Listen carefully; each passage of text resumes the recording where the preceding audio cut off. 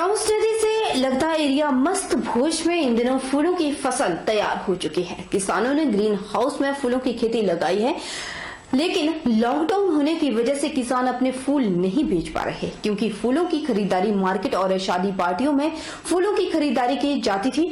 लेकिन लॉकडाउन के चलते फूल तैयार होने के बाद भी इन फूलों को काटकर वहीं फेंकना पड़ रहा है, जिसके कारण किसानों को लाखों का नुकसान हो रहा है। यह ग्रीन हाउस माशू गांव के नजदीक जोंग में लगाए गए हैं। यहां से फूल चंडीगढ़, देहरादून, दिल्ली भेजे जाते थे। इस दौरान फूलों की खेती करने वाले शिलाई क्षेत्र के किसानों को खासा नुकसान हुआ। किसानों का कहना है कि इस दौरान उनके फूल बिल्कुल ही तैयार हो गए थे। इन फूलों को तैयार करने के लिए 2 से 3 महीने लग जाते हैं, तब जाकर यह फूल तैयार होते हैं। इनको तैयार करने में काफी मेहनत लगती है और फूलों की ग्रोथ बढ़ाने के लिए खाद का प्रयोग करना पड़ता है। इन फूलों को तैयार करने में काफी पैसा खर्च हो जाता है और कोरोना वायरस के चलते उन्हें लाखों का नुकसान हुआ और अब जो फूल तैयार हो गए हैं, इन फूलों को काटकर फेंकने पड़ रहे हैं।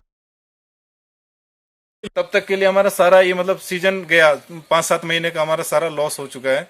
तो बस गवर्नमेंट से यही है कि हमारा खाद पानी और जो खर्चा हुआ है, लेबर का खर्चा, वो दे दे तो वही बहुत है। अगर इतना मुआवजा सरकार दे सकती है तो, नहीं भी दे सकती तो भी हम झेलने के लिए तैयार ही हैं। क्या कर सकते हैं, झेल भी रहे हैं, ऐसा नहीं है। ये फूल देख रहे हैं आप, 5 से 7 लाख का नुकसान है। इसको पूरा काट के फेंकना पड़ेगा। बड़े मुश्किल से इतने होते हैं, फिर इसमें मेहनत भी लगती है। इतने मोटे बना दिए इनको, पूरा ग्रीन हाउस है, काट के बाहर फेंकना पड़ेगा। कितना एक नुकसान हुआ है? ये 5 से 7 लाख का नुकसान हुआ है। कोरोना वायरस की महामारी के चलते सोलन में ड्रोन कैमरा की मदद से नजर रखी जा रही है। आज डीएसपी हेडक्वार्टर रमेश शर्मा की अगुवाई में शहर के विभिन्न हिस्सों में ड्रोन कैमरे की मदद से नजर रखी जा रही है। ड्रोन की मदद से उन लोगों और वाहनों पर नजर रखी जाएगी जो लॉकडाउन के चलते कानून की अनुपालना नहीं कर रहे। पुलिस विभाग ऐसे लोगों पर सख्त कार्रवाई करने का मन बना चुके हैं जो लॉकडाउन के नियमों का पालन नहीं कर रहे। डीएसपी रमेश शर्मा ने बताया कि जो लोग लॉकडाउन के आदेशों की अवहेलना कर रहे हैं और बेवजह घरों से बाहर निकल रहे हैं, उन लोगों पर शिकंजा कसने के लिए ड्रोन कैमरा की मदद ली जा रही है। उन्होंने आम जनता से अपील की कि सभी लॉकडाउन का सही तरह से पालन करें और घरों के अंदर रहकर सुरक्षित रहे। यदि कोई इसकी अवहेलना करते हुए पाया जाता है तो उसके विरुद्ध कानूनी कार्रवाई अमल में लाई जाएगी। तो जिस प्रकार से जिला पुलिस लॉकडाउन का पालन करवाने के लिए तत्पर है, उसी प्रकार से जो हमारा प्रदेश का जो सीआईडी विभाग है, सीआईडी विभाग की तरफ से भी शहर के अंदर नजर बनाने के लिए ड्रोन का इस्तेमाल किया गया और आज ड्रोन के माध्यम से सोलन शहर को चेक किया जा रहा है कि ताकि कोई भी अनावश्यक रूप से चल रही गाड़ियां या लोगों को देखा जा सके और उन पर नज़र रखी जा सके। तो हमारा सभी सोलन वासियों से ये निवेदन है कि वो घरों में रहें, यदि अत्यंत आवश्यक हो तो ही बाहर निकले। हिमाचल प्रदेश के शिमला जिला के कुमारसैन उपमंडल के तहत बिठल नामक स्थान में बने कोल्ड स्टोरेज से इन दिनों सेब लेकर दिल्ली ट्रकों का जाना लगातार जारी है। ट्रक चालकों के दिल्ली से वापस आने के बाद क्वारंटीन की पुख्ता व्यवस्था न होने से क्षेत्र में कोरोना संक्रमण का लोगों में भय है। लोगों का कहना है कि चालक स्थानीय होने के कारण दिल्ली से वापस आने के बाद क्वारंटीन अवधि पूरे किए बगैर इधर उधर निकल सकते हैं। उनका कहना है कि ट्रक चालकों को वापस आने के बाद पुख्ता निगरानी में क्वारंटीन किया जाना चाहिए। अधिकतर ट्रक चालक वाहनों में ही रहकर क्वारंटीन के मापदंडों को पूरा कर रहे हैं, जो संभव नहीं। सरकार के ध्यान में लाना चाहता हूँ, ये बात सरकार ध्यान दे। जितने भी यहाँ से सेब की गाड़ियाँ नीचे जा रही है कोल्ड स्टोर से बिथल से, उन पर प्रॉपर चेक किया जाए, उन पर ध्यान दिया जाए वो कहाँ जाते हैं। ऐसा ना हो कहीं दिल्ली से वो जो है वायरस आ गया तो यहाँ तो वो बिना घर को जाए लोगों का। तो इसलिए इन पर खास ध्यान रखे सरकार, प्रॉपर चेक करे इनको, इनका क्वारंटाइन हो रहा है या नहीं हो रहा है। तो ये बड़ा जरूरी। यहाँ लोकल ड्राइवर बेचारे वहाँ जाते हैं, सड़क के किनारे होते हैं, इनको खड़ा किया हुआ है। ना तो सोशल डिस्टेंसिंग का ध्यान रख रहे हैं, लेबर लगी है, उन्होंने 2 हॉल बढ़ा रखे हैं, 2 हॉल में लेबर लगी हुई है, ना तो उन लेबर का सोशल डिस्टेंसिंग हो रहा है। और उसके अलावा जो ड्राइवर हैं वो जैसे चंडीगढ़ और दिल्ली लगभग जा रहे हैं, तो दिल्ली में तो बहुत ज़्यादा महामारी का प्रकोप है और दिल्ली से जब वो ड्राइवर वापस आते हैं, ना तो उनका क्वारंटाइन किया जा रहा है यहाँ पे, ना ही उनका ढंग से जो है दवाई वगैरह का चेकअप वगैरह हो रहा है। मजदूर संसार ने बताया कि 64 मजदूर फरवरी और मार्च में यूपी से आए हैं, लेकिन वो कोरोना बीमारी का पूरा ध्यान रखकर काम कर रहे हैं। 3 बड़े हॉल में मजदूर 64 रहते हैं। सफाई का विशेष ध्यान रखा जाता है। 64 बंदे यूपी से आए, 10 फरवरी को। तो आप किस तरह से काम कर रहे हैं आप? ठीक ही चला हुआ।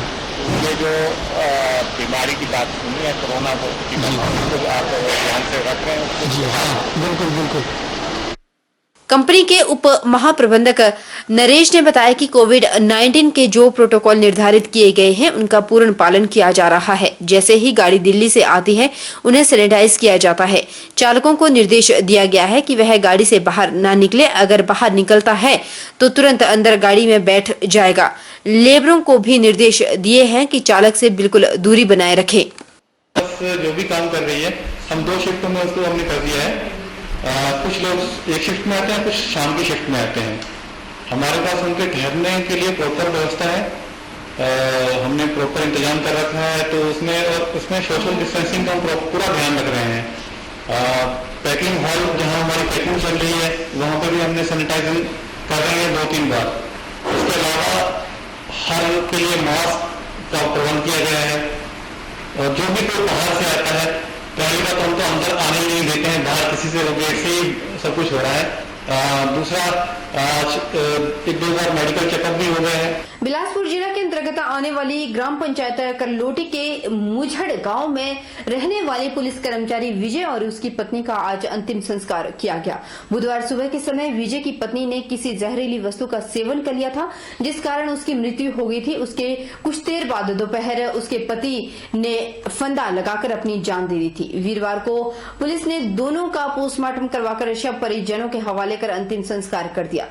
एसपी दिवाकर शर्मा, डीएसपी राजेंद्र जसवाल पीड़ित परिवारों से मिले और विभाग की ओर से हर संभव सहायता का आश्वासन परिवार को दिया गया। स्थानीय विधायक राजेंद्र गर्ग पीड़ित परिवार से मिले, उन्होंने भी सरकार की ओर से हर संभव सहायता का आश्वासन परिवार को दिया। मुखग्नि विजय के बड़े भाई के बेटे रजत और पुत्र अर्पित ने दी।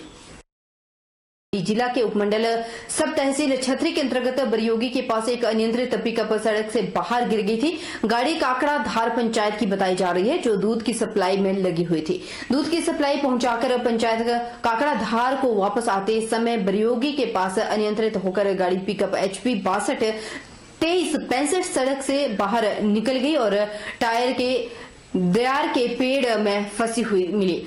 पेड़ में फंसने के कारण जान और माल का ज्यादा नुकसान नहीं हुआ। गाड़ी का चालक भोला दत्त और सहयोगी सुरक्षित बताए जा रहे हैं।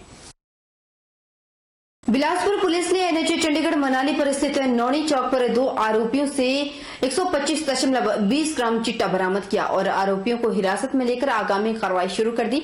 बताते चले कि बुधवार देर सायं पुलिस अधिकारियों ने वहां एक क्रेन के साथ अटैच की गई कार नंबर HP 31C 2603 को जांच के लिए रोका और क्रेन और कार चालक से कर्फ्यू के पास के बारे में पूछा गया, लेकिन कोई दस्तावेज न प्रस्तुत कर सके। पुलिस ने इस दौरान कार में सवार अजीत कुमार निवासी जरल मंडी जिला और उत्तम चंद निवासी जरल से कार के दस्तावेज मांगे। जब अजीत कुमार पुलिस कर्मचारियों को फाइल फोल्डर दिखाने लगा तो उसमें अचानक प्लास्टिक के लिफाफे की 3 पुड़िया नीचे गिर गई। इन पुड़ियों के खोलने पर उनसे कुल मिलाकर 125.20 ग्राम चिट्टा बरामद किया। पुलिस ने अजीत कुमार निवासी जरल मंडी जिला उत्तम चंद को गिरफ्तार कर लिया है और कार को जब्त कर लिया।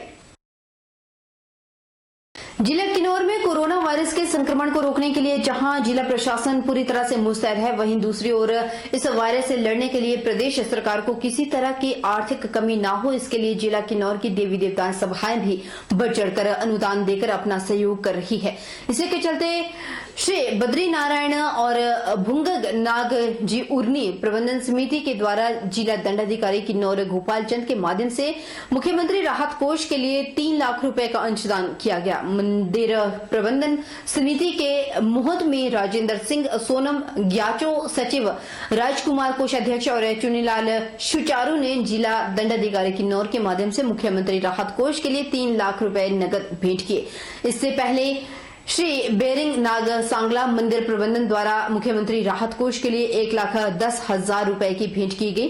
वहीं उर्नी मंदिर मौत में राजेंद्र सिंह ने कहा कि कोरोना वायरस से निपटने के लिए बद्री नारायण और भुंगंग नाग ने 3 लाख रुपए की राशि उपायुक्त किन्नौर गोपाल चंद के माध्यम से मुख्यमंत्री राहत कोष के लिए भेजी है। ग्राम उर्नी से देवता साहिब श्री बद्री नारायण व जलनाग जी की तरफ से कोरोना पीड़ित लोगों के लिए राहत कोष में सीएम राहत कोष के लिए 3 लाख रुपए जमा करने यहाँ डीसी साहब के पास हम आए हैं और ये हम 4 मुख्य कार्यदार हैं देवता साहब के। यहाँ पर हमने आज गोपाल दास वर्मा जी के पास हमने अपना ये 3 लाख रुपए जमा करके हम वापस जा रहे हैं।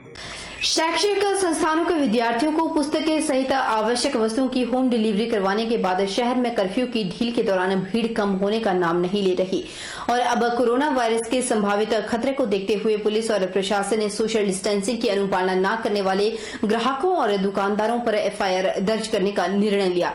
एसडीएम अमित मेहरा ने शहर में उमड़ रही अनावश्यक भीड़ को लेकर इस बारे में स्थानीय पुलिस को उचित कार्रवाई करने के आदेश दिए हैं। साथ ही सोशल डिस्टेंसिंग की अवहेलना करने वाले लापरवाह दुकानदारों की सूची कार्यालय में प्रेषित करने के निर्देश जारी किए। वहीं कर्फ्यू की ढील के दौरान शहर में अत्यधिक भीड़ उमड़ जाने से सोशल डिस्टेंसिंग की व्यवस्था पटरी से नीचे उतर गई। हालात को काबू पाने के लिए भारी संख्या में पुलिस बल सड़कों पर उतर गया। यहां तक कि एसडीएम अमित मेहरा और पुलिस थाने के प्रभारी संदीप शर्मा को भी मोर्चा खुद संभालना पड़ा। वहीं एनसीसी के जवान भीड़ को नियंत्रित करने के लिए जुटे रहे। बहरहाल बुलेटिन में इतना ही। आप अपना बहुत बहुत बहुत ख्याल रखिए।